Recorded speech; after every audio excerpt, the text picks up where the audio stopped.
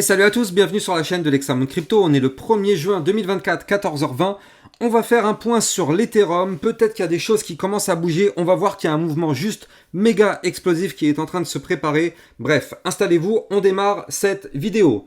On voit que là, du coup, effectivement, sur la semaine, on est sur des mouvements vraiment complètement ridicules. On est clairement sur une perte de volatilité. Je vais vous montrer tout à l'heure justement sur le graphique que là, les bandes de Bollinger sont juste méga compressées. Mais effectivement, on vient d'avoir une news qui est tombée, là, très récemment. C'est en fait que là, la SEC, elle demande de publier une déclaration sur les ETF Ethereum. Et donc, a priori, le grand jour serait très bientôt. Donc, peut-être aujourd'hui, peut-être demain, en tout cas, peut-être d'ici la fin du week-end. Mais là, en tout cas, c'est un petit peu la course au fameux formulaire S1. Parce que ça, vous le savez, actuellement, les ETF Ethereum ont été effectivement approuvés par la SEC. Mais pour le moment, en tout cas, ils ne sont pas tradables, c'est-à-dire qu'ils ne sont pas mis à disposition. Ils sont là, ils sont approuvés, oui, mais pour l'instant, personne ne peut injecter le moindre centime d'euro, de dollars, parce que ça se passe aux États-Unis, le moindre centime de dollars dessus, parce qu'ils ne sont pour le moment pas tradables. Et pour ça, il va falloir remplir justement ce type de formulaire pour que derrière la SEC valide complètement tout ça et qu'il soit effectivement tradable et que ça commence à attirer, pourquoi pas, des liquidités. Et donc là, ça pourrait arriver effectivement très bientôt. Et donc justement, si on jette un coup d'œil du côté de l'Ethereum, du côté de la courbe, eh bien on voit que là, pour l'instant, on est vraiment pile poil sous des niveaux clés importants. Avant ça, bien sûr, je rappelle que tout ce que je vais dire dans cette vidéo n'est en aucun cas un conseil financier. C'est à vous de faire vos propres recherches. Et n'oubliez pas que le trading de crypto-monnaie comporte des risques de perte partielle ou majeure.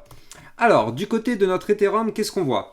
Eh bien, on voit que effectivement, on n'est pas loin de briquer des niveaux clés. Mais surtout, là, regardez, on est juste en dessous de la résistance majeure des 3998 $. Bon, si on veut arrondir, c'est 4000 $ pour avoir un chiffre rond. Et on sait qu'en général, les chiffres ronds, c'est toujours une zone psychologique. Et on voit que là, du côté de la vue hebdomadaire, donc là, on est sur du long terme, sur l'Ethereum, en réalité, on est en train de former une gigantesque figure chartiste en rounding bottom. Alors attendez, je me mets en moi, peut-être que, en bi-weekly, ce sera, voilà, c'est exactement ça. C'est beaucoup plus visible sur cette vue bi-weekly. Regardez ce qu'on voit. On voit que là, ici, on a un gigantesque rounding, comme ceci. On a eu un rejet sur le niveau clé des fameux 3998 $. Puis derrière, on a formé une petite anse comme ça sur le côté. Donc le rounding bottom se transforme alors en tasse et anse, ce qui est une figure chartiste très bullish. Mais pour ça, on n'a pas le choix. Il va falloir clôturer avec une clôture hebdomadaire au-dessus des fameux 3998. Et donc là, justement, avec cette gigantesque tasse et anse, eh bien ça pourrait être incroyable parce que du côté de l'Ethereum, il pourrait atteindre des niveaux beaucoup plus élevés si on prend ne serait-ce que la target théorique de ce pattern. Regardez ça, je suis obligé de dézoomer tellement ça peut aller haut. La target théorique de ce pattern serait d'aller chercher les 7224 $ pour l'Ethereum. Alors, bien sûr, ne soyons pas naïfs, ça ne va pas se passer du jour au lendemain et vous le savez, même si les ETF sont tradables, eh bien forcément, c'est sur la durée. Vous le savez, les ETF, ça attire des liquidités, mais au fur et à mesure. Donc du coup, ça devrait monter d'une façon progressive. On n'aura pas de montée spectaculaire de plus de 50% tous les jours. Faut pas croire que ce sera comme ça.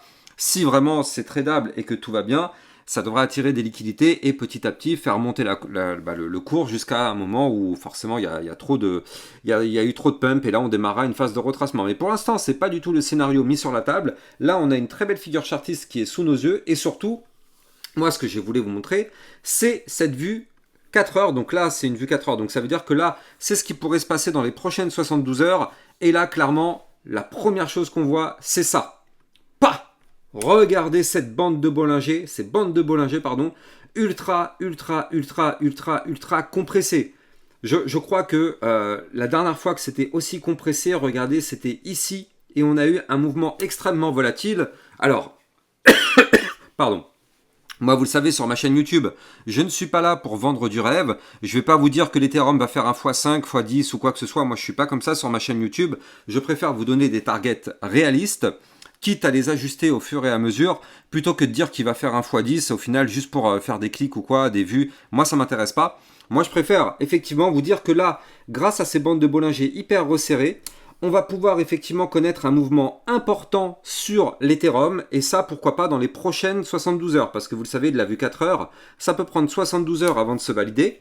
Qu'est-ce qu'on voit? Donc, comme je vous le disais, on a des bandes de Bollinger ultra resserrées.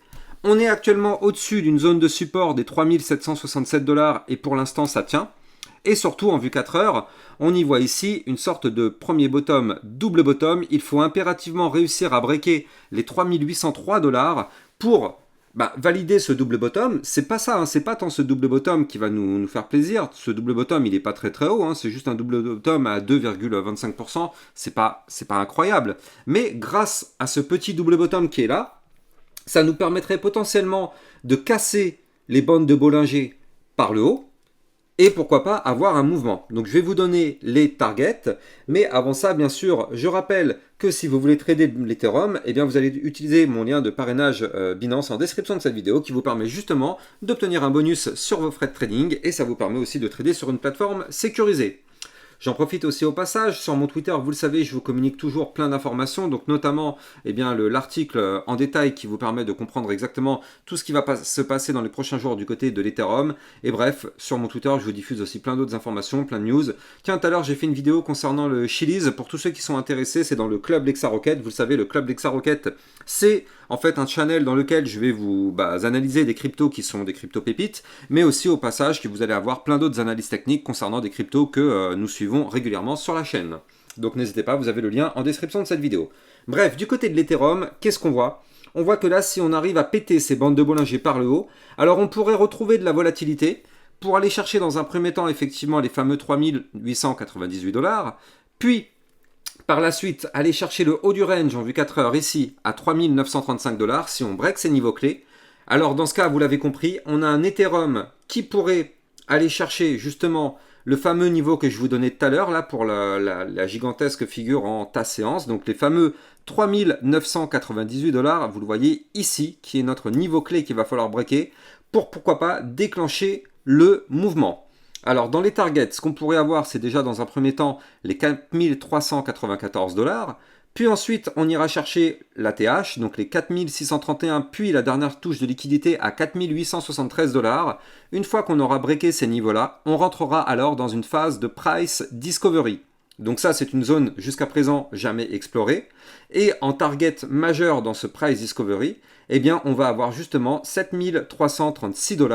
Et ça, je vous l'avais dit tout à l'heure, ça correspondait plus ou moins à la target justement de cette figure chartiste. Regardez, n'oublions pas, la target théorique de la figure chartiste, c'est d'aller chercher les 7011 $.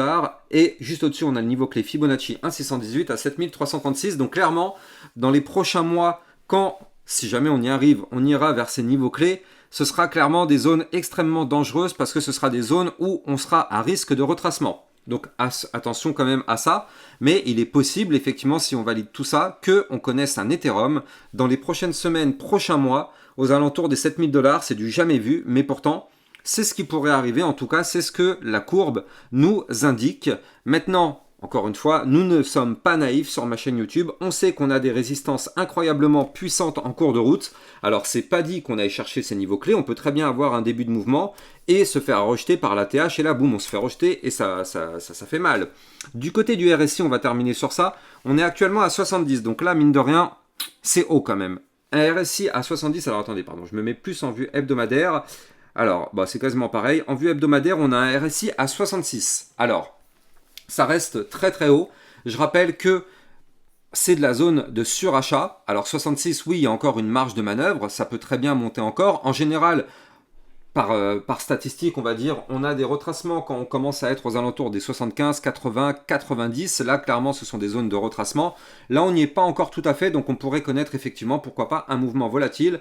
Et ça pourrait avoir lieu si on arrive à breaker les niveaux clés que je vous ai donnés avec cette vue 4 heures et ces bandes de Bollinger ultra resserrées. Là, clairement, ça, c'est pour bientôt. On espère vraiment que ce sera par le haut, parce que si malheureusement c'est par le bas et qu'on break ce range par le bas ici à 3651 $, attention à ça parce que ça ferait très très mal. Je rappelle qu'en vue 4 heures tout de même, il ne faut pas l'oublier. On a ce Bart Simpson qui est ici. Pour l'instant, c'est pas validé, mais si on casse le range par le bas, alors malheureusement, ça validerait le Bart Simpson et du coup, forcément, tous les espoirs d'aller chercher ces targets rapidement sont annulés. Alors ça ne veut pas dire que sur la durée c'est mort, ça veut juste dire que là, en tout cas, eh bien, dans les prochains jours, prochaines semaines, ce serait un petit peu retardé, mais ça pourrait arriver plus tard. Mais en tout cas, là, il faut absolument surveiller parce qu'on est vraiment sur les zones clés. Qui tout double? Est-ce que c'est le Bart Simpson ou est-ce que c'est la cassure du range par le haut pour aller chercher des points beaucoup plus hauts? En tout cas, on aura une réponse, je pense, très rapidement. J'espère que vous avez kiffé la vidéo. N'oubliez pas de liker, commenter, partager. Je vous souhaite une excellente fin de journée. À plus tard. Ciao, ciao.